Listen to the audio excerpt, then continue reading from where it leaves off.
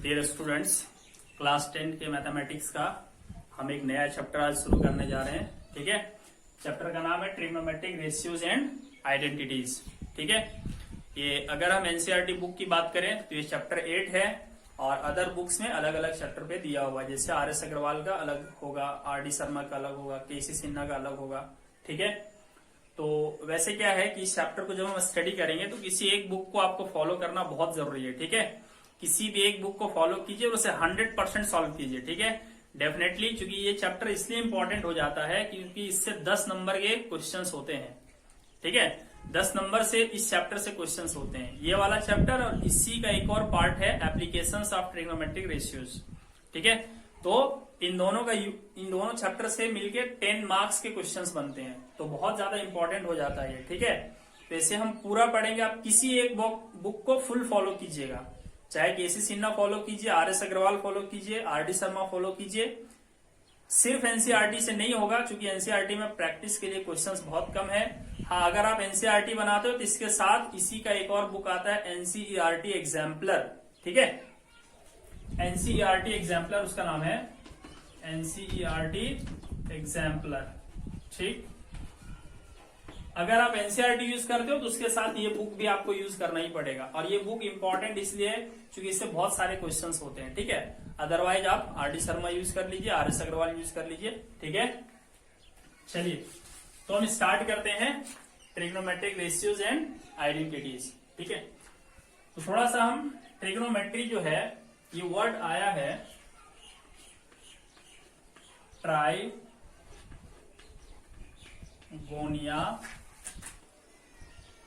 मेट्रॉन।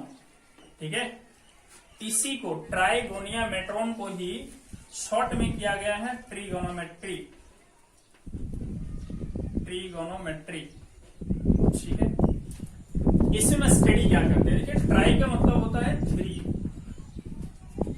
ठीक है, गोनिया का मतलब होता है एंगल, और मेट्रॉन का मतलब होता है मेजरमेंट। ठीक है, इसका मतलब हो गया कि 3 एंगल्स को मेजर करना हम सीखते हैं। ठीक, ये इसका लिमिटेड मीनिंग हो गया। वैसे हम ट्रिग्नोमेट्री में एंगल्स मेजरमेंट के साथ साथ किसी ट्रायंगल के साइड्स को भी हम फाइंड करना सीखते हैं। ठीक है, तो चलिए, ये जो ट्रिग्नोमेट्री है इसकी जो मीनिंग है उसको हम अपने रियल लाइफ में किस तरह से यूज करते हैं, आइए देखते हैं। ठीक है, तो सबसे पहले हमें एक चीज का ध्यान देना होगा कि आपको इस चैप्टर को जानने से पहले आप पाइथागोरस थ्योरम एक बार जरूर देख लेंगे, अगर कहीं पे आपको डाउट है तो। और अगर पाइथागोरस थ्योरम आपका क्लियर है तो ये चैप्टर आपके लिए बहुत आसान है। ठीक है स्टूडेंट्स, चलिए शुरू करते हैं।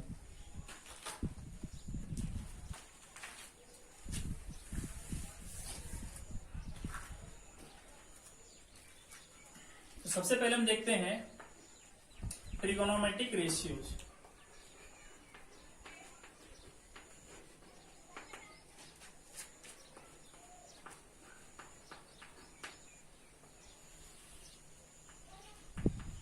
ये क्या होता है, ठीक है, तो देखो क्या होता है। मान लेते हैं हमारे पास एक राइट ट्राइंगल है। ठीक, ये एक राइट ट्राइंगल है। चलिए मैं इसका नाम रख देता हूं A B C। ठीक, इस राइट ट्राइंगल का एंगल C जो है वो राइट एंगल है। कहने का मतलब है ये एंगल जो है वो 90 डिग्री है। ठीक है स्टूडेंट्स, तो ये जो 90 डिग्री एंगल है इसका ऑपोजिट साइड, देखिए ऑपोजिट ये वाला होता है। ठीक है, इसका ऑपोजिट साइड ए बी, इसको हम कहते हैं हाइपोटेनस।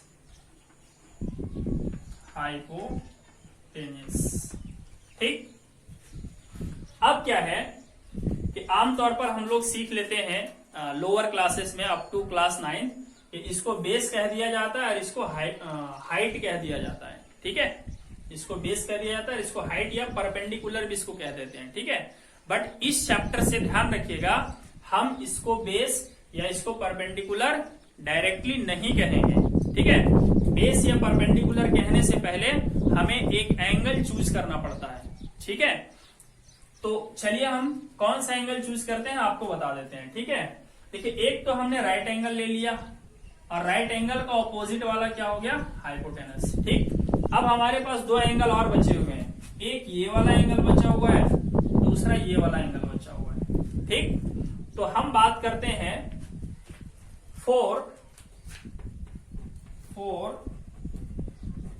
Angle A. ठीक है, एंगल ए के लिए हम बात करते हैं पहले।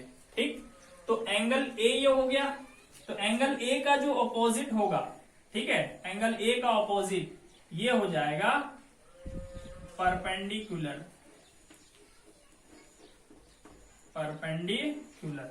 है ना। बट वो किसके लिए है परपेंडिकुलर, एंगल ए के लिए। ठीक है, फॉर एंगल ए परपेंडिकुलर जो हो जाएगा, और इसको हम शॉर्ट में पी से दिखाते हैं स्टूडेंट्स। ठीक है, पी से। ठीक है, फॉर एंगल ए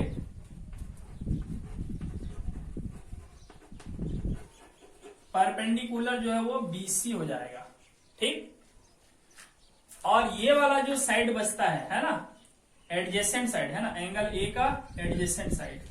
ठीक है, तो एडजेसेंट साइड जो है ये वाला, इसको हम कहते हैं बेस। ठीक है, और इसको हम दिखाते हैं बी से।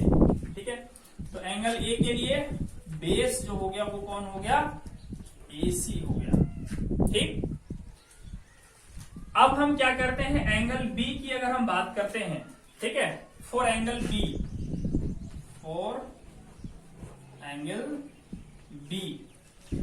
एंगल बी के लिए देखिए परपेंडिकुलर कौन होगा, तो एंगल बी का ऑपोजिट है ना, एंगल बी का ऑपोजिट।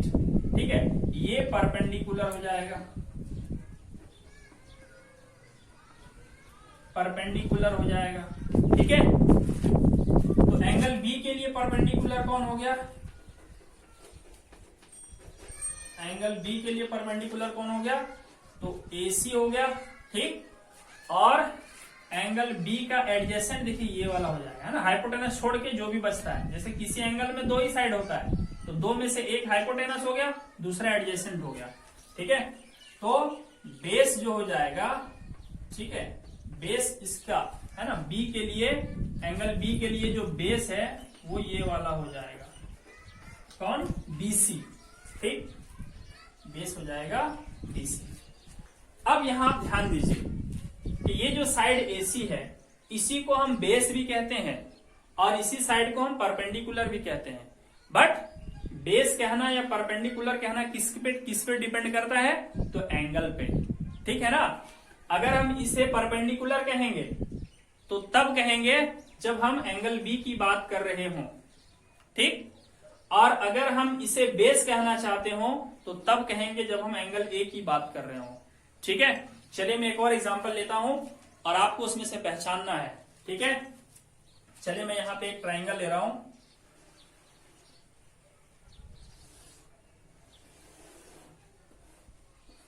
पी क्यू आर, और ये मान लेते हैं राइट ट्राइंगल है। ठीक, अब हम बात करते हैं for angle P. Angle P के लिए आप मुझे बता सकते हो परपेंडिकुलर कौन सा होगा, परपेंडिकुलर कौन सा होगा, एंगल पी के लिए परपेंडिकुलर कौन सा होगा। ठीक है, तो देखिए परपेंडिकुलर का मतलब ऑपोजिट, तो एंगल पी का ऑपोजिट कौन है, आर क्यू। तो आर क्यू स्टूडेंट्स यहाँ पे क्या हो गया, परपेंडिकुलर हो गया, किसके लिए, एंगल पी के लिए। ठीक, अच्छा अगर हम बेस की बात करें तो एंगल पी का बेस कौन हो गया, तो एंगल पी देखिए दो साइड से बना हुआ है, तो राइट एंगल का ऑपोजिट वाला तो हो गया हाइपोटेनस। ठीक है, ये तो हाइपोटेनस हो गया, तो बेस ये वाला हो गया, कौन सा, आर पी। ठीक है, एंगल पी के लिए ये परपेंडिकुलर हो गया और ये बेस हो गया। ठीक है स्टूडेंट्स, चलिए मैं कुछ और क्वेश्चंस लेता हूं आपकी प्रैक्टिस के लिए।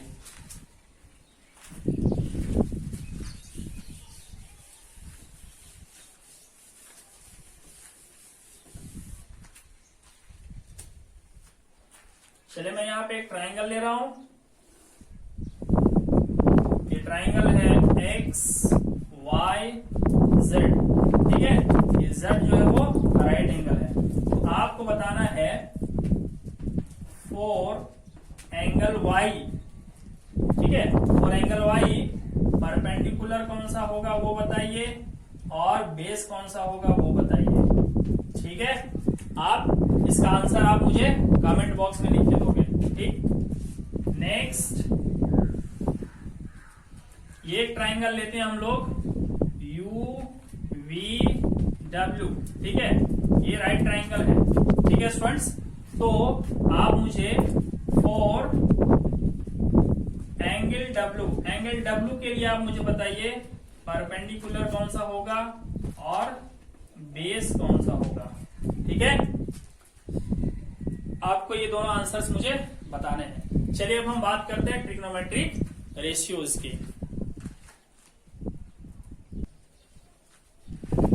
चलिए स्टूडेंट्स, हम यहां पे एक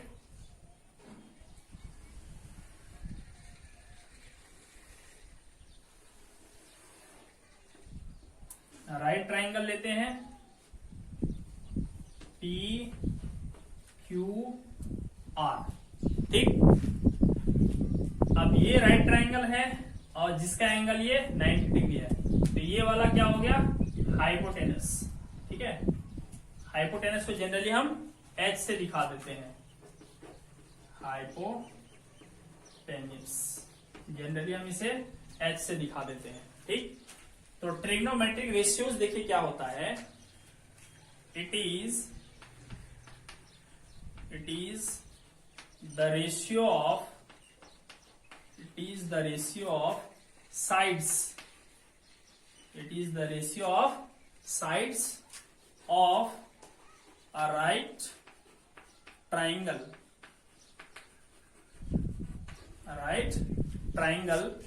with respect to an acute angle, acute angle क्या होता है, वो एंगल है ना जिसका वैल्यू 0 डिग्री से बड़ा होता है बट 90 डिग्री से छोटा होता है, ठीक। तो कभी भी एक राइट ट्राइंगल में दोनों ही एंगल एक्यूट होते हैं, ठीक है, ये वाला छोड़ करके, है ना, 90 डिग्री वाला छोड़ करके बाकी ये दोनों बच गए, ये दोनों एक्यूट ही होता है, ठीक है। क्यों एक्यूट ही होगा, क्योंकि किसी ट्राइंगल के सभी एंगल का सम 180 होता है, तो 180 में से तो ये अकेले 90 हो गया, अब बाकी 90 दोनों मिल करके होंगे, तो दोनों मिलके अगर 90 हो रहा है, इसका मतलब है कि अगर ये 1 डिग्री का भी रहा तो ये 89 हो जाएगा, जो कि लेस देन 90 हो जाएगा, ठीक। तो दोनों ही एक्यूट होता है, ठीक है, किसी भी राइट ट्राइंगल में राइट एंगल को छोड़ करके बाकी जो एंगल बचता है वो दोनों एक्यूट एंगल होता है, ठीक है। तो चलो स्टूडेंट्स, अब हम देख लेते हैं ये डेफिनेशन क्या कहता है।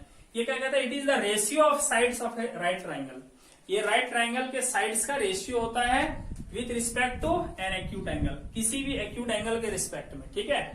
तो चलिए हम देख लेते हैं, एक ट्राइंगल के अंदर तो 3 साइड होता है, ठीक। तो 3 साइड को आप कितने तरह के रेशियो में बदल सकते हैं, जैसे हमारे पास यहाँ पे साइड्स है, एक हमारे पास है पी क्यू ये वाला साइड, दूसरा हमारे पास है क्यू आर ये वाला साइड, और तीसरा हमारे पास है आरपी ये वाला साइड, 3 साइड है। अब आप इन तीनों का इस्तेमाल करके कितने तरह के रेशियो लिख सकते हो, देखिए चलिए मैं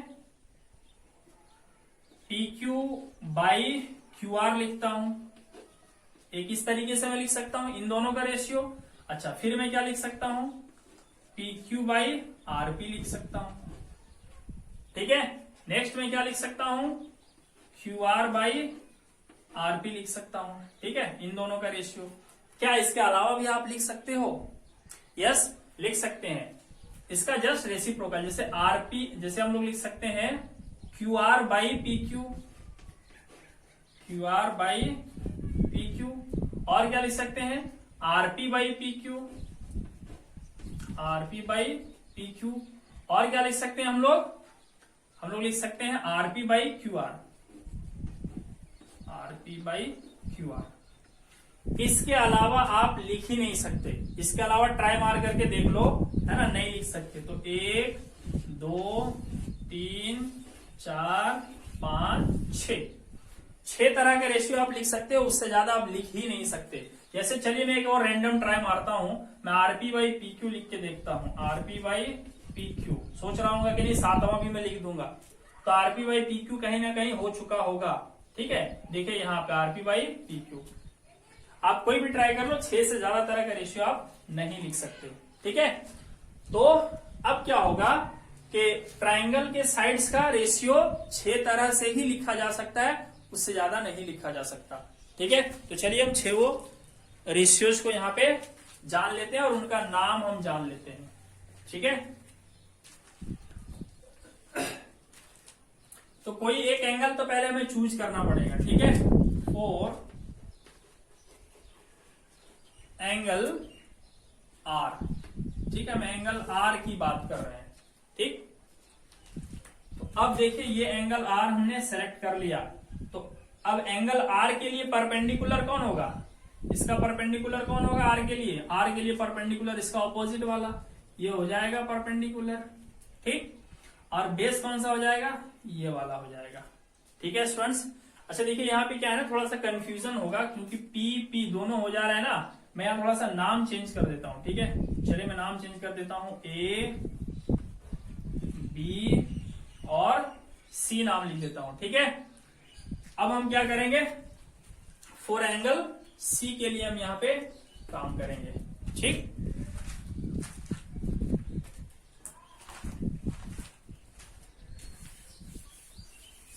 एंगल सी के लिए हम यहां पे काम करेंगे। ठीक है,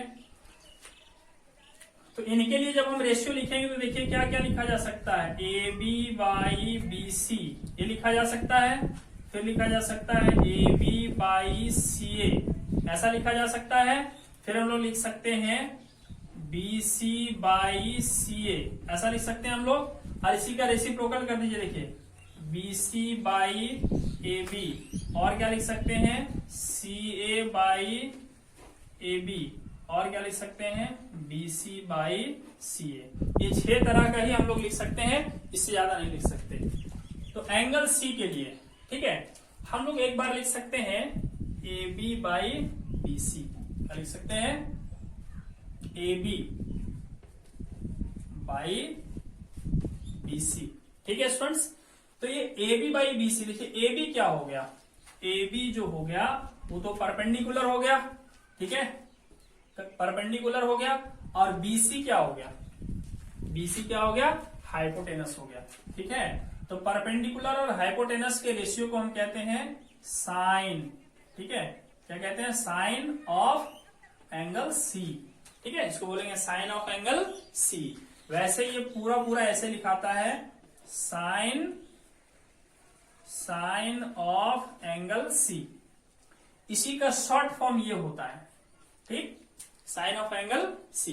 तो साइन ऑफ किसी का भी एंगल बराबर क्या होता है पी बाई एच, यानी कि परपेंडिकुलर बाई हाइपोटेनस। ठीक है, चलिए दूसरा रेशियो हम लोग क्या लिख पाएंगे, दूसरा रेशियो हम लोग लिख सकते हैं ए बी बाई सी ए।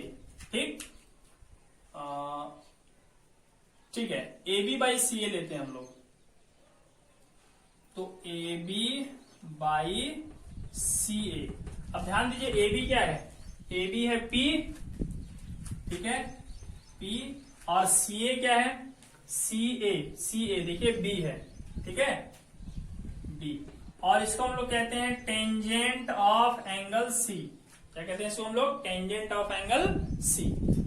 ये शॉर्ट फॉर्म है, फुल फॉर्म इसका हो जाएगा टेंजेंट ऑफ एंगल सी।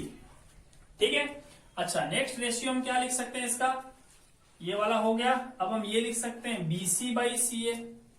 ठीक है, तो चलिए बीसी बाई सी ए लेते हैं हम लोग, बीसी बाई सी ए। तो बीसी क्या हो गया भाई, बीसी तो हो गया हाइपोटेनस।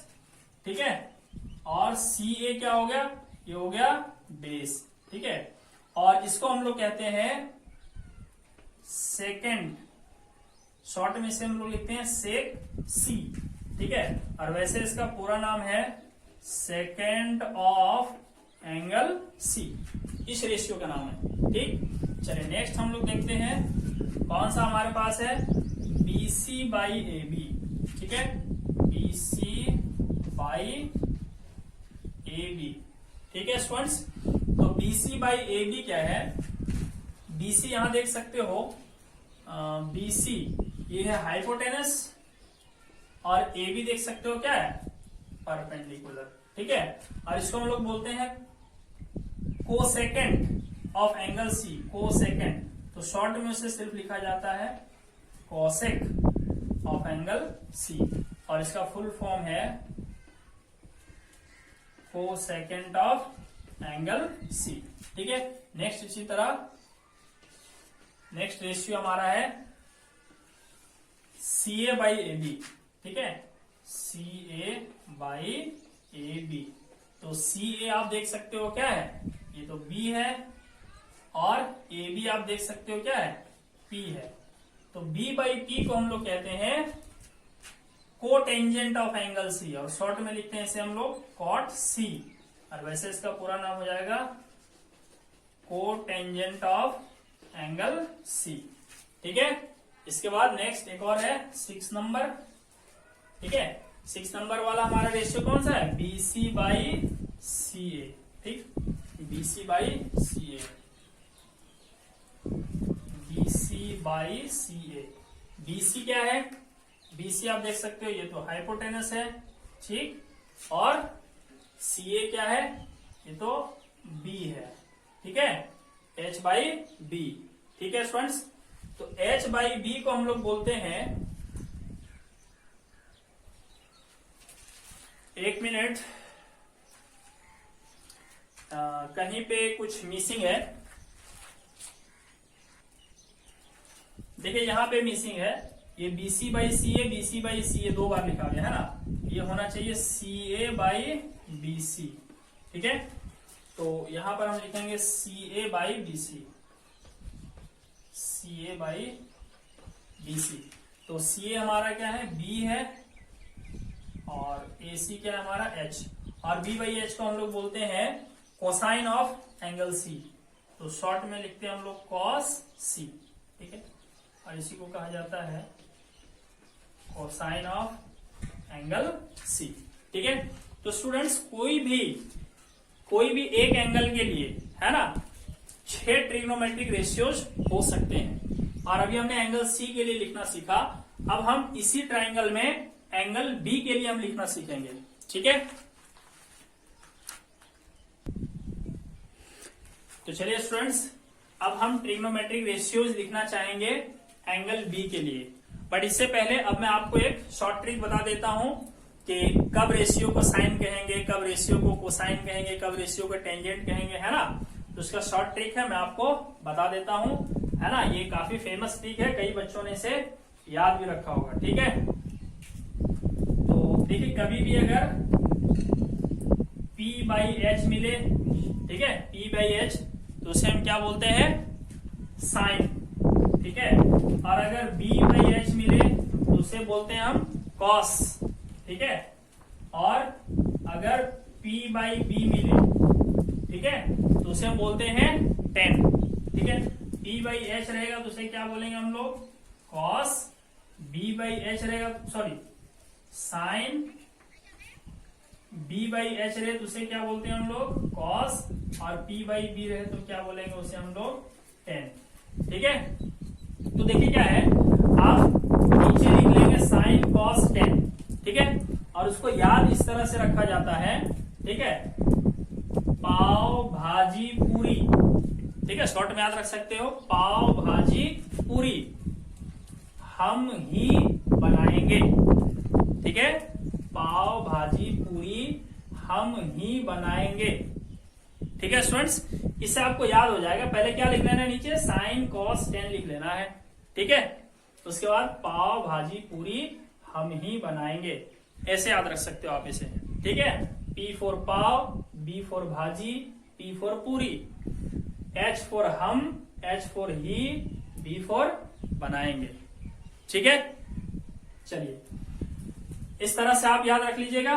ठीक, तो अब हम लिखना चाहेंगे यहाँ पे, अच्छा, और बाकी 3 का क्या, ये तो 3 का हो गया, और बाकी 3 का क्या, तो बाकी 3 में क्या करेंगे हम लोग, जब इसका उल्टा मिले, है ना, P बाई H के बजाय अगर आपको H बाई P मिल जाए, तब हम उसे बोलेंगे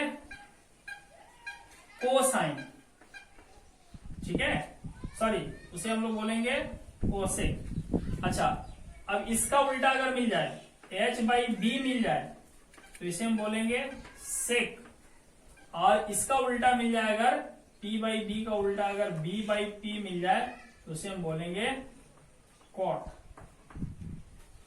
ठीक है स्टूडेंट्स, तो एक तो याद रखिएगा, बाकी उसका रेसिप्रोकल कर दीजिएगा, ठीक है, यानी p/h का रेसिप्रोकल h/p, तो साइन के बदले कोसेक पढ़ेंगे उसे हम, ठीक है। इसी तरह से b/h का रेसिप्रोकल h/p, ठीक है, सॉरी h/b होगा यहाँ पे, h/b, ठीक, तो कॉस का रेसिप्रोकल सेक हो जाएगा। फिर p/b का रेसिप्रोकल b/p, तो tan का हो जाएगा कॉट, ठीक है। चलिए अब हम लिखेंगे 4, है ना, अब हम लिखेंगे यहाँ पे ट्रिग्नोमेट्रिक रेशियोज, ठीक है, इसमें शॉर्ट में लिखा जाता है टी रेशियोज, ठीक है, T ratios of angle B. Angle B के लिए अब हम ट्रिग्नोमेट्रिक रेशियोज लिखना चाहेंगे, ठीक है। तो अब देखिए क्या हो जाएगा, अब मैं थोड़ा रिवर्स ऑर्डर में चल रहा हूं, क्योंकि ये मुझे आपको समझाना था कि ट्रिग्नोमेट्रिक रेशियो क्या होता है, तो दो साइड का रेशियो होता है, तो हम रेशियो लेकर के और फिर हमने उनका नाम रखा। अब हम पहले नाम रखेंगे फिर उसका रेशियो लिखेंगे, ठीक है। तो चलिए हम पहले लिखेंगे साइन बी, ठीक है, शॉर्ट में SINB, साइन बी। बट अगर पूरा इसका लिखना चाहे ना, क्योंकि क्वेश्चन आता है 1 नंबर का कि इसका फुल फॉर्म क्या होता है, तो इसका फुल फॉर्म होता है साइन ऑफ एंगल बी, ठीक है, और इसी का शॉर्ट ये होता है। तो साइन का मतलब किसका किसका रेशियो, तो p/h, परपेंडिकुलर और h, तो किसका परपेंडिकुलर, एंगल बी का परपेंडिकुलर, तो एंगल बी का परपेंडिकुलर कौन हो जाएगा, बी का परपेंडिकुलर देखिए ये हो जाएगा AC। अब हम यहाँ b हटा के यहाँ p लिख देंगे, और एंगल बी का जो एडजेसेंट है वो ये वाला है और ये बेस बन जाएगा, ठीक है, बी का ऑपोजिट वाला परपेंडिकुलर बन जाएगा और इसका एडजेसेंट वाला बेस बन जाएगा, ठीक है स्टूडेंट्स। तो साइन का मतलब हमें पता है p/h, मतलब परपेंडिकुलर, तो बी का परपेंडिकुलर कौन हो गया, तो AC हो जाएगा, AC/h का मतलब कौन सा है, BC, ठीक है। तो AC/BC कहीं पे है क्या, तो देखो वो हो जाएगा एलिमिनेट AC/BC, देखिए AC/BC, एक का काम खत्म हो गया, ठीक। अब अगर मुझे लिखना हो cos B, तो पहले इसका फुल फॉर्म पूछा जाता है कई बार, तो इसे हम लिखेंगे कोसाइन ऑफ एंगल B, और cos B का मतलब क्या होता है, B/h, है ना, B/h। किसका B लिखेंगे स्टूडेंट्स, किसका B, तो एंगल B का बेस, तो एंगल B का बेस यहाँ आप देख सकते हो AB है, ठीक है, तो यहाँ हो जाएगा AB/h, देख सकते हो BC है, ठीक है, AB/BC, तो देखिए ये वाला हो गया, ठीक है। नेक्स्ट हम लिखेंगे tan B का पूरा नाम अगर लिखना हो तो क्या लिखेंगे, टेंजेंट ऑफ एंगल B, तो टेंजेंट ऑफ एंगल B क्या हो जाएगा, tan का मतलब क्या होता है, P/B, यानी परपेंडिकुलर बाई बेस, तो B का परपेंडिकुलर कौन है, तो अभी हमने देखा परपेंडिकुलर AC है और बेस कौन सा है, AB है, देख सकते हो परपेंडिकुलर AC है और बेस AB है, ठीक। तो AC और AB वाला हो गया क्या, देखिए AC AB ये वाला भी हो गया, देखिए AC और CA का सेम मतलब है, कंफ्यूज नहीं होना है, ठीक है। अब इसके बाद हम लिखेंगे, अब देखिए साइन का रेसिप्रोकल हम लिख सकते हैं कॉसेक ऑफ एंगल B, तो वैसे इसको पूरा नाम लिखना पड़ेगा, तो पूरा नाम हो जाएगा कोसेकेंट ऑफ एंगल B, ठीक है।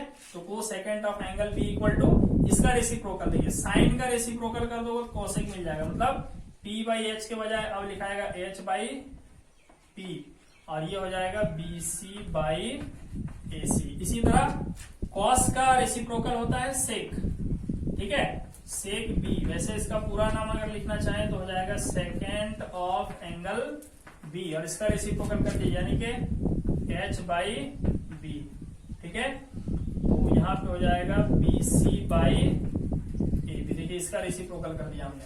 नेक्स्ट इसी तरह हो जाएगा कॉट बी, इसका पूरा नाम है cotangent, cotangent of angle B. ठीक है, कोटेंजेंट ऑफ एंगल बी का मतलब हो गया इसका रेसिप्रोकल, यानी कि बेस और परपेंडिकुलर का रेशियो हो गया ये। ठीक है, तो यहां से देख सकते हो जाएगा ए बी बाई ए सी, और छठा ट्रिग्नोमेट्रिक रेशियो हो जाएगा सेक कॉट। 6 तो हो गया। ठीक है, 1 2 3 4 5 6। तो इस तरह से किसी भी एंगल के 6 के 6 ट्रिग्नोमेट्रिक रेशियो हम लोग लिख सकते हैं। अब मैं एक क्वेश्चन आपको दे रहा हूं घर में प्रैक्टिस के लिए। ठीक है स्टूडेंट्स, आप नोट कर सकते हैं, इसको याद रख सकते हैं, है ना। पाव भाजी पूरी हम ही बनाएंगे। ठीक है, पी बाई एच मतलब साइन, बी बाई एच मतलब कॉस, और पी बाई एच का मतलब टेन। बट इसको याद रखना, पहले साइन लिखना, फिर कॉस लिखना, फिर टेन लिखना। ठीक है,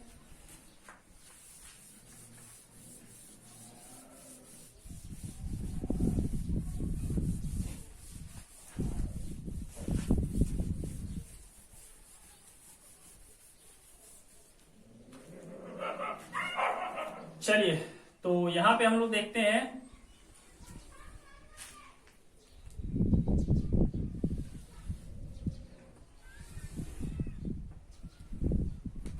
यहां पर एक ट्राइंगल है। चलिए मान लेते हैं ट्राइंगल एक्स वाई जेड है, और राइट एंगल इसका जो है वो वाई है। तो क्वेश्चन है right all the trigonometric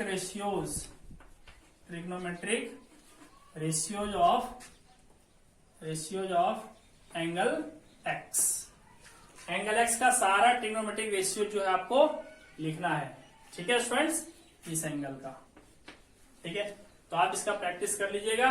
sine x बराबर कौन कौन सा साइड का रेशियो लिखेंगे, कॉस एक्स मतलब कौन कौन सा साइड का रेशियो लिखेंगे, ये आप कर लीजिएगा। चलिए अब हम कुछ बुक्स के क्वेश्चंस की प्रैक्टिस करते हैं। तो स्टूडेंट्स यहाँ पे क्वेश्चन है, if sine A equal to 1/2 then find cos A. सवाल है ना कि साइन ए दिया हुआ है, यानी किसी एंगल ए के लिए रेशियो दिया हुआ है दो साइड का। तो इसको हम सॉल्व तो बहुत जल्दी कर लेंगे, हम लोग सीख जाएंगे, 1-1 मिनट में सॉल्व करना स्टार्ट कर दोगे। बट अभी स्टार्ट है, आप बढ़िया से पहले सीखिए। ठीक है, साइन ए दिया हुआ है, इसका मतलब है कि हम कोई एक राइट ट्राइंगल ले लेते हैं। ठीक है,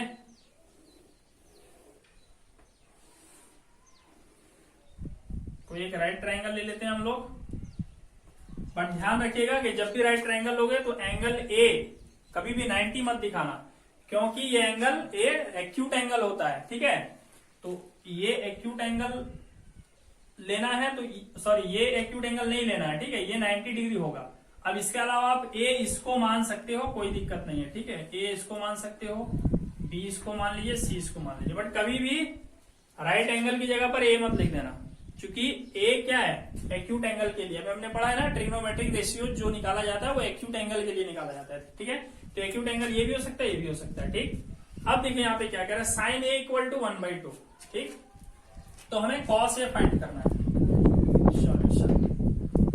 ठीक है, देखिए साइन ए इक्वल टू, हमको पता है साइन का मतलब होता है परपेंडिकुलर और हाइपोटेनस का रेशियो। ठीक, तो अब यहां पे देखिए साइन ए का वैल्यू हमको पता है कितना, 1/2। ठीक है, और ये है P बाई एच। ठीक है स्टूडेंट्स, अब देखिए इसका मतलब ये तो नहीं कि परपेंडिकुलर जो है वो 1 सेंटीमीटर होगा और हाइपोटेनस जो है वो 2 सेंटीमीटर होगा।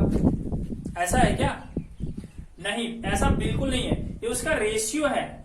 इसका मतलब, रेशियो का क्या मतलब है कि जैसे आप देख सकते हो यहाँ पे है ना, ये जो BC है परपेंडिकुलर। ठीक है, चलिए मैं एंगल ए के लिए ये परपेंडिकुलर हो गया इसका सामने वाला, और BC है ना, हाँ BC परपेंडिकुलर हो गया, और हाइपोटेनस ये हो गया, कौन सा, राइट एंगल का सामने वाला हाइपोटेनस हो गया। तो अब हम P बाई एच अगर करें तो 1/2 हो जाएगा, अभी जो हमने डाटा लिखा है। ठीक, अच्छा, अब 1 के बजाय अगर हम यहाँ 2 लिख दें और यहाँ 4 लिख दें तब क्या होगा? तब हो जाएगा यहाँ पे 2/4 और कट के देखिए फिर से 1/2 हो जाएगा। ठीक है। अच्छा, अगर हम इसे लिख दें यहाँ पे 3, p बराबर 3 ले लें और h बराबर 6 ले लें, तब इन दोनों का रेशियो क्या हो जाएगा? p/h 3/6, ये फिर से कट के 1/2 हो जाएगा। तो कभी भी p/h का मतलब 1/2 दिया है, जिसका ये मतलब नहीं है कि परपेंडिकुलर 1 होगा और हाइपोटेनस 2 ही होगा, ऐसा जरूरी नहीं है। ये उसका रेशियो है ना, इन दोनों का रेशियो है, परपेंडिकुलर और हाइपोटेनस का रेशियो 1/2 है। यानी कि परपेंडिकुलर कुछ भी हो सकता है, 1, 2, 3, 4 कुछ भी हो सकता है, और पीए क्या होगा? 2, 4, 6, 8, 10 कुछ भी हो सकता है। तो इसीलिए क्या किया जाता है ना कि इसको जो है 1 ना मान करके आमतौर पर 1k मान लिया जाता है और इसको मान लिया जाता है 2k। ठीक है। कई बार बच्चे कंफ्यूज होते हैं कि सर k क्यों लगा दिया जाता है। इसका मतलब है कि आप k के जगह में क्या करेंगे? k के जगह में आप 1 भी रख सकते हो, k के जगह में आप 2 भी रख सकते हो, k के जगह पर आप 3 भी रख सकते हो। ठीक है। और यहाँ भी आप रख के चेक करते जाइए, 2k है ना, तो k के जगह पर अगर आप 1 रख देंगे तो 2 1 जा 2 हो जाएगा। k के जगह में अगर आप 2 रख दोगे 2 2 जा 4 हो जाएगा। k के जगह में 3 रख दोगे 6 हो जाएगा। ठीक, तो इसीलिए ना k मान लिया जाता है ना। मैं ज्यादा लंबा जा रहा हूँ, थोड़ा मैं जान रहा हूँ कि मैं जरूरत से ज्यादा लंबा जा रहा हूँ, लेकिन ये आपके लिए जरूरी है। ठीक, तो कभी भी ये कंफ्यूज नहीं होना। इसका ये मतलब नहीं होता कि परपेंडिकुलर 1 ही होगा और हाइपोटेनस 2 ही होगा। हाँ, होगा ये कि परपेंडिकुलर और हाइपोटेनस का रेशियो हमेशा 1/2 आएगा। तो हम अब हम इन दोनों का, अगर हम जब भी इन दोनों का रेशियो लेंगे, ठीक है, तो हमें 1/2 ही मिलेगा। तो अब 1/2 ना मान करके हम लोग क्या मान लेंगे? 1k और 2k मान लेंगे। ठीक है स्टूडेंट्स, चलिए ये अभी 1/2 ही रहने दीजिए। नेक्स्ट स्टेप में हम लोग मान लेंगे this implies t equal to 1k and h equal to 2k। लिख देना where k is a constant, k कोई भी एक कांस्टेंट वैल्यू है। ठीक है, by Pythagoras theorem, by Pythagoras theorem. Pythagoras theorem में क्या होता है? H square equal to B square plus P square होता है स्टूडेंट्स। ठीक है, तो एच स्क्वेयर की जगह पर हम कितना रख देंगे? 2k का स्क्वायर रख देंगे, और बी स्क्वेयर की जगह पर कितना रख देंगे? नहीं मालूम है तो बी स्क्वायर रहेगा, और पी स्क्वायर की जगह पर क्या हो जाएगा? 1k का मतलब k हो गया k का स्क्वायर। ठीक है स्टूडेंट्स, ये हो गया 4k स्क्वायर और ये हो गया बी स्क्वायर प्लस ये हो गया k स्क्वायर। यहां से आप बी स्क्वायर निकाल सकते हो। देखिए k स्क्वायर इधर आकर के माइनस हो जाएगा, 4k square minus k square, यानी कि क्या बचेगा? 3k square. तो b बराबर स्क्वायर हटेगा तो ये रूट ऊपर लग जाएगा, है ना, 3k स्क्वायर के ऊपर। तो k के ऊपर k का पावर 2 है, तो इसका मतलब k बाहर आ जाएगा और √3k बच गया। b बराबर इतना निकल गया। तो अब हमें क्या निकालना था? अब हमें निकालना था cos a। तो cos a का मतलब बेस और हाइपोटेनस का रेशियो। तो बेस कितना निकाला हमने स्टूडेंट्स? अभी हमने निकाला ना यहाँ पे √3k, क्या लिख देंगे? √3k, और हाइपोटेनस तो हमें पता है कितना? 2k। तो k से k कैंसिल हो जाएगा, आएगा √3/2। आप ये काम विदाउट k भी कर सकते हो, बिना k के भी ये काम आप कर सकते हो। ठीक है, बट वो होगा ये कि आपको जो है बाद में कभी जरूरत पड़ेगी, उसमें दिक्कत होगी। तो आप यहाँ पे समझ लीजिए इस चीज को, है ना, कि k क्यों यूज करते हैं। ठीक, चलिए अब हम नेक्स्ट क्वेश्चन लेते हैं।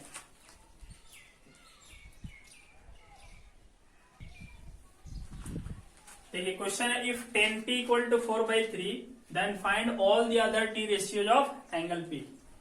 अगर 10p 4/3 है तो एंगल p के बाकी ट्रिग्नोमेट्रिक रेशियोज बताइए। तो टोटल 6 होता है, 6 में से 1 दिया हुआ है, 5 हमें और निकालना है। ठीक है, तो सबसे पहले हम एक राइट ट्राइंगल ड्रॉ कर लेंगे। चलिए इसका नाम हम रख देते हैं PQR।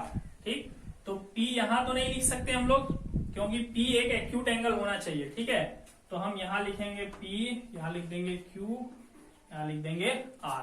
ठीक है, अब हम क्या करेंगे, ये सीधा लिखो सॉल्यूशन। ठीक है, 10P इक्वल टू, हमें क्या पता है, या लिख दीजिए 4/3 गिवन है। 10P इक्वल टू 4/3 यहाँ पे गिवन है।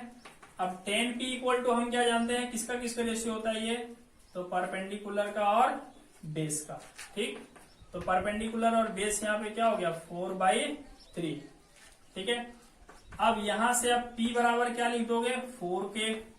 ठीक, एंड B बराबर क्या लिख दोगे, 3K। लिख देना वेयर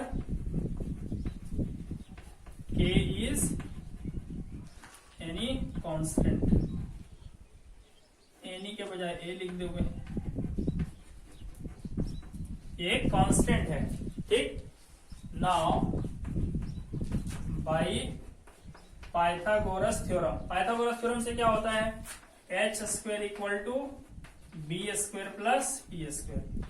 तो h मालूम नहीं है हमें, चलिए h स्क्वायर रहने दो, b हमने कितना लिखा है, 3K square, 3K square, b कितना है यहाँ पे 4K स्क्वायर। ठीक, तो 3 3 जा 9K स्क्वायर प्लस 4 4 जा 16K स्क्वायर। ठीक है, तो 9 और 16 कितना हो गया, 25K स्क्वायर। तो अब आप यहां से देख सकते हो, तो h इक्वल टू क्या लिखाएगा, देखिए स्क्वायर हम हटा देंगे, इधर स्क्वायर रूट आ जाएगा। ठीक है, अब आप यहां से देख सकते हो 25 का स्क्वायर रूट 5 आता है और K स्क्वायर का स्क्वायर रूट K, तो h इक्वल टू आ गया 5K। तो अब आप क्या कीजिए, कौन से एंगल की बात हो रही है, एंगल P की बात हो रही है। देखिए ये एंगल P है, तो एंगल P के लिए परपेंडिकुलर ये हो गया QR, और परपेंडिकुलर यहाँ 4K है, तो QR के सामने हम लिख देंगे 4K, और B equal to 3K। B कौन सा हो जाएगा, ये वाला हो जाएगा 3K, और H अभी हमने निकाला है क्या, 5K। ठीक है, ये हाइपोटेनस है, ये बेस है, और ये परपेंडिकुलर है। ठीक, अब हम क्या करेंगे, अदर ट्रिग्नोमेट्रिक रेशियो जिसके बड़े आराम से लिख लेंगे यहाँ पे। ठीक है, स्पेस हो जाएगा यहीं पे, चलिए यहीं पे लिख देता हूं। हम साइन P पहले लिखेंगे, साइन P, साइन का मतलब हमें पता है P/H, तो P कितना हो गया 4K बाई H कितना हो गया 5K, K से K कट गया, 4/5 आ गया। ठीक, अब हम लिखेंगे यहाँ पे cos P। ठीक, cos P का मतलब होता है B/H। ठीक, B कितना है देखिए 3K, H कितना है 5K, K से K कैंसिल हो गया, 3/5 आ गया। ठीक, साइन cos 10 तो यहाँ पे ऑलरेडी दिया हुआ है, अब हम cot P ले लेंगे, cot P। तो cot P जो होता है वो क्या होता है, B/P होता है स्टूडेंट्स। तो B/P, B कितना है आप देख सकते हो 3K, और P कितना है 4K, K से K कट गया, 3/4 आ गया। ठीक है, नेक्स्ट देखिए नीचे साइड दिखेगा नहीं, मैं यहां लिख देता हूं। उसके बाद लिखेंगे सेक P। सेक P का मतलब होता है H/B।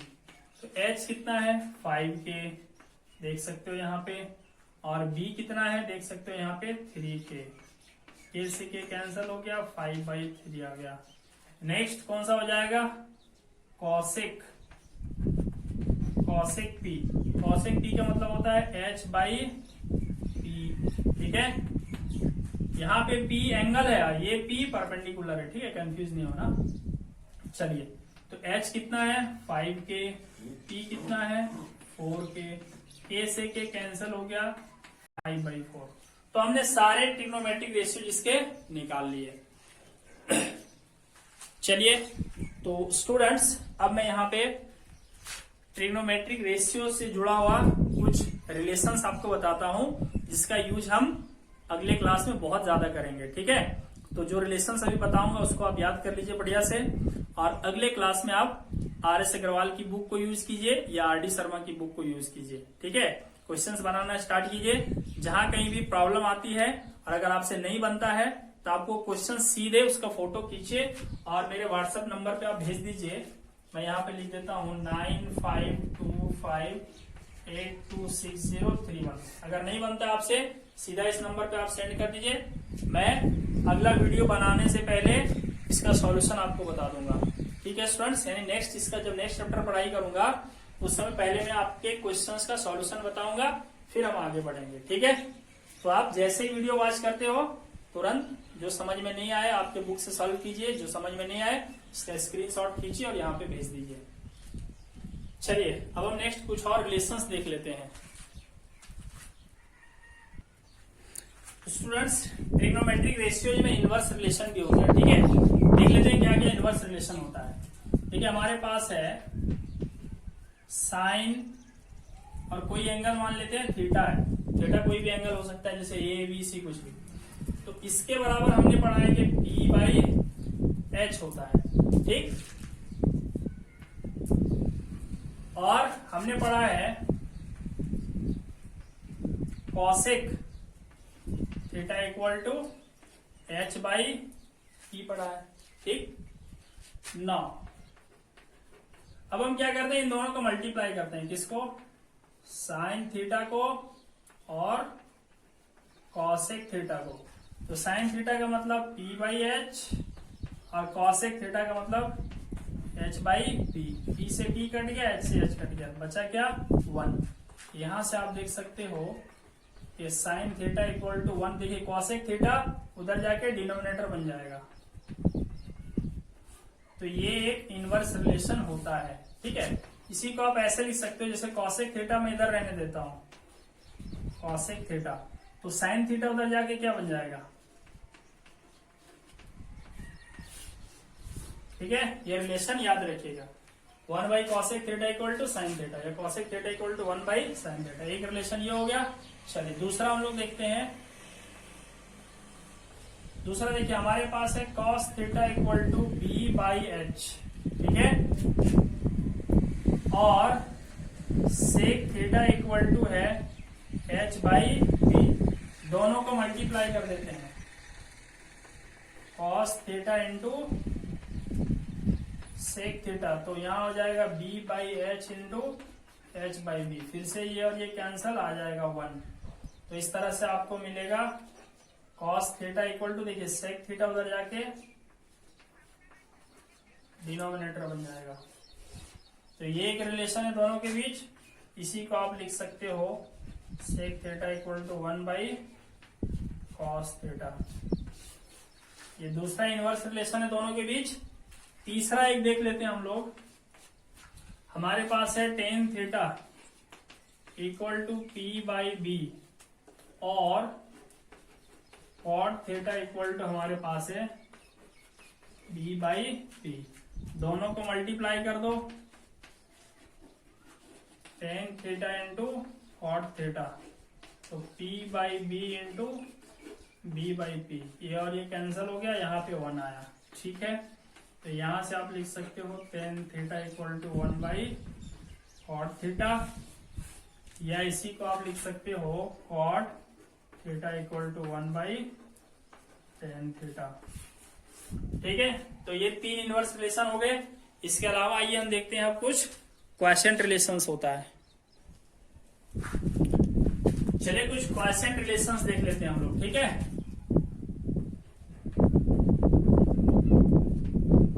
ठीक है, हमारे पास क्या है ना, टेन थीटा इक्वल टू क्या होता है? Tan theta equal to P by B होता है स्टूडेंट्स। ठीक है, अब हम ऐसा करते हैं, P को भी H से डिवाइड करते हैं और B को भी H से डिवाइड करते हैं। ठीक, तो यहाँ पे देखिए हमें क्या मिल जाएगा, P by H divided by B by H। अब P बाई H बराबर क्या होता है? साइन थीटा, और B बाई H बराबर क्या होता है? Cos theta.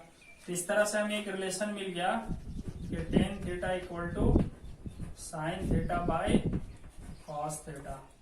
ये एक क्वोशिएंट रिलेशन हो गया। ठीक है, अच्छा एक और होता है, ये तो फर्स्ट नंबर हो गया। ठीक है, हमारे पास क्या है, cot theta. Cot theta equal to क्या होता है, बी बाई डी। अब क्या करते हैं, बी को भी एच से डिवाइड कर देते हैं और पी को भी हम एच से डिवाइड कर देते हैं। ठीक है, तो क्या है, बी बाई एच का मतलब क्या हो गया, कॉस थीटा, और पी बाई एच का मतलब क्या हो गया, साइन थीटा। तो हमें एक क्वेश्चन रिलेशन मिल गया, cot theta equal to cos theta by sine theta. ठीक है स्टूडेंट्स, चलिए अब हम कुछ और रिलेशंस देख लेते हैं।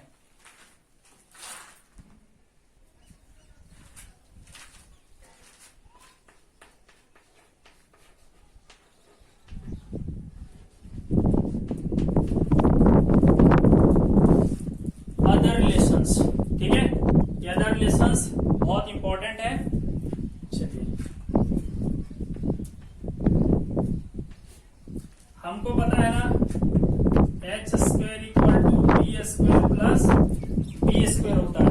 ठीक, अब हम क्या करते हैं, इसको भी एच स्क्वेयर से डिवाइड कर देते हैं, इसको भी एच स्क्वेयर से डिवाइड कर देते हैं, इसको भी एच स्क्वेयर से डिवाइड कर देते हैं। सबको डिवाइड कर सकते हैं एच स्क्वेयर से, तो एच स्क्वेयर से एच स्क्वेयर कटेगा तो 1 आएगा। अब देखिए इसको हम लिख सकते हैं पी बाई एच का स्क्वायर, और इसको लिख सकते हैं बी बाई एच का स्क्वायर। ठीक, तो पी बाई एच का मतलब क्या हो गया, साइन थीटा का स्क्वायर, और बी बाई एच का मतलब क्या हो गया, कॉस थीटा का स्क्वायर।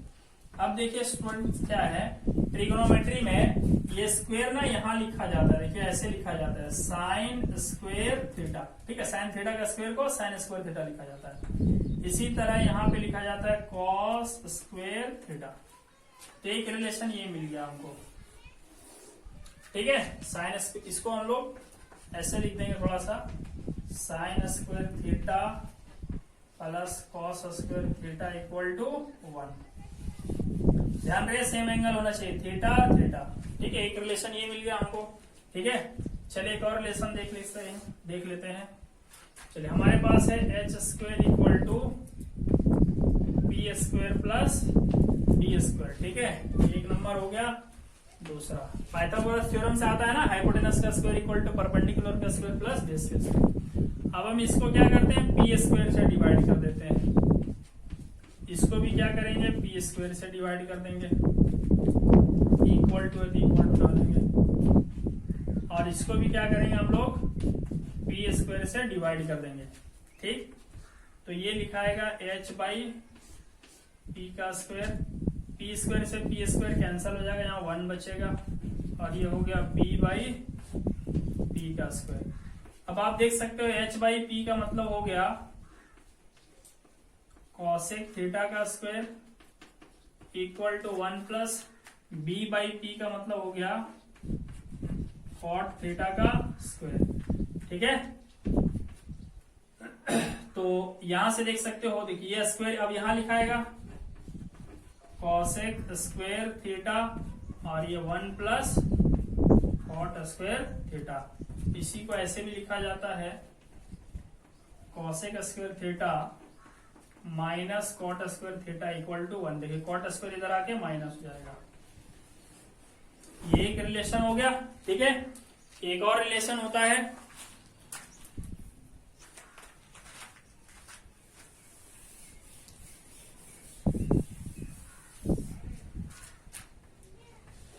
फिर से वही चीज, पाइथागोरस थ्योरम से H square plus P square plus B square. First में हमने एच स्क्वायर से डिवाइड किया था, यहाँ पे पी स्क्वायर से डिवाइड किया, अभी बी स्क्वायर से डिवाइड करेंगे। ठीक है, तो एच स्क्वायर को आप बी स्क्वायर से डिवाइड कीजिए इक्वल टू पी स्क्वायर को भी बी स्क्वायर से डिवाइड कीजिए प्लस बी स्क्वायर को भी बी स्क्वायर से डिवाइड कीजिए। तो एच बाई बी का मतलब हो गया सेक थीटा, और इसका स्क्वायर है तो स्क्वायर लिख देंगे। पी बाई बी का मतलब हो गया टेन थीटा, और इसका स्क्वायर है तो स्क्वायर लिख देंगे। बी स्क्वायर से बी स्क्वायर कट जाएगा, सॉरी प्लस है तो प्लस डालेंगे, बी स्क्वायर कट के 1 हो जाएगा। तो अब इस 10 स्क्वायर को खींच के इधर ले आओ, sec square theta minus 10 square theta equal to 1। एक रिलेशन ये हो गया। तो स्टूडेंट्स अभी जो हमने रिलेशंस निकाले हैं असल में आइडेंटिटीज है, इनके बारे में डिटेल से एक अलग ही पूरा एक्सरसाइज पढ़ना है, ठीक है। तो स्टूडेंट्स एक और इम्पोर्टेंट चीज आपको बता दूं, नोटेशन को लेकर के, है ना, कहीं कहीं पे लिखा रहेगा साइन ए और -1, तो कभी भी गलती से आप इसे ये मत लिख देना, है ना। आप क्यों ऐसा लिखोगे, क्योंकि आप कह सकते हो कि सर जब स्क्वायर था तो स्क्वायर को खींच के यहाँ ले आया, तो -1 है तो -1 को हम खींच के यहाँ क्यों नहीं ला सकते। तो ऐसा आप नहीं कर सकते, जब भी नेगेटिव रहेगा तो आप ऐसा नहीं कर सकते, ठीक है, क्योंकि इसका मतलब ये होता है, इसका मतलब होता है 1/sin A, ठीक है। इसका मतलब है कि आप इसे नीचे ले जाइए, ठीक है, इसका अलग ही मतलब होता है, ठीक है। इसके बारे में हम लोग हायर क्लासेस में पढ़ेंगे डिटेल से, बस मैं भी आपको बता देता हूँ, क्योंकि ऑब्जेक्टिव में कभी कभी पूछ देता है कि साइन ए का रेसिप्रोकल का मतलब ऐसा होगा क्या, साइन -1 ऐसा होगा क्या, तो ऐसा नहीं हो सकता है, ठीक है, इसको आप ध्यान रखिएगा। अब क्या है, आज चूंकि इंट्रोडक्शन लेक्चर था, हमने ज्यादातर बात किया बेसिक नॉलेज पे और छोटे छोटे 1-2 क्वेश्चंस पे, ठीक है। कल से हमारा लेवल बहुत हाई हो जाएगा, तो आप बिल्कुल मेंटली प्रिपेयर हो जाइए। जो रिलेशन अभी हमने बताए, है ना, ये 3 रिलेशन अभी ड्राइव किया, उसको याद कर लीजिए, और रेसिप्रोकल रिलेशन और क्वेश्चन रिलेशंस जो भी बताया, उनको आप बढ़िया से याद कर लीजिए। फिर कल से हम इसके हायर लेवल के क्वेश्चंस को सॉल्व करेंगे। Thank you.